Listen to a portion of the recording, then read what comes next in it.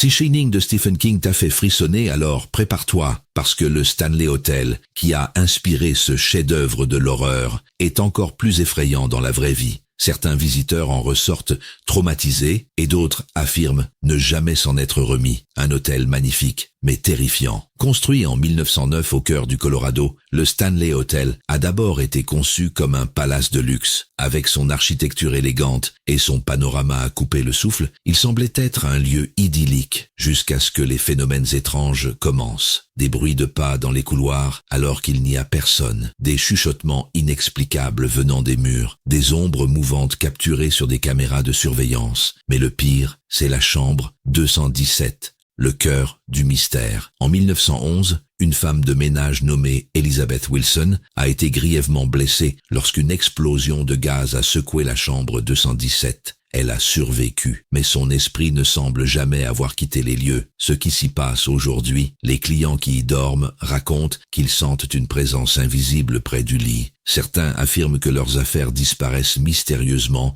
avant de réapparaître dans un autre endroit de la chambre. Il arrive même que les lumières s'allument et s'éteignent toutes seules. Même Stephen King, qui a séjourné ici en 1974, a avoué avoir vécu une expérience paranormale intense qui l'a poussé à écrire Shining. Dans le grand hall de l'hôtel se trouve un ancien piano, et il a une particularité inquiétante. Certains soirs, il commence à jouer tout seul, comme si une présence invisible s'installait devant lui. Les témoins rapportent avoir vu une silhouette fantomatique assise devant le piano, avant qu'elle ne disparaisse dans un souffle d'air glacial. Des employés refusent même d'être seuls dans la pièce la nuit, tellement l'ambiance est oppressante. Et ce n'est pas le seul endroit hanté du Stanley Hotel. Cet hôtel est tellement actif sur le plan paranormal que des chasseurs de fantômes du monde entier viennent y installer des caméras, des enregistreurs et des détecteurs d'énergie. Certains ont capté des voix murmurant des phrases étranges. Des photos montrent des visages translucides dans les fenêtres. Des témoignages parlent de sensations de froid intense et de mains invisibles qui frôlent la peau.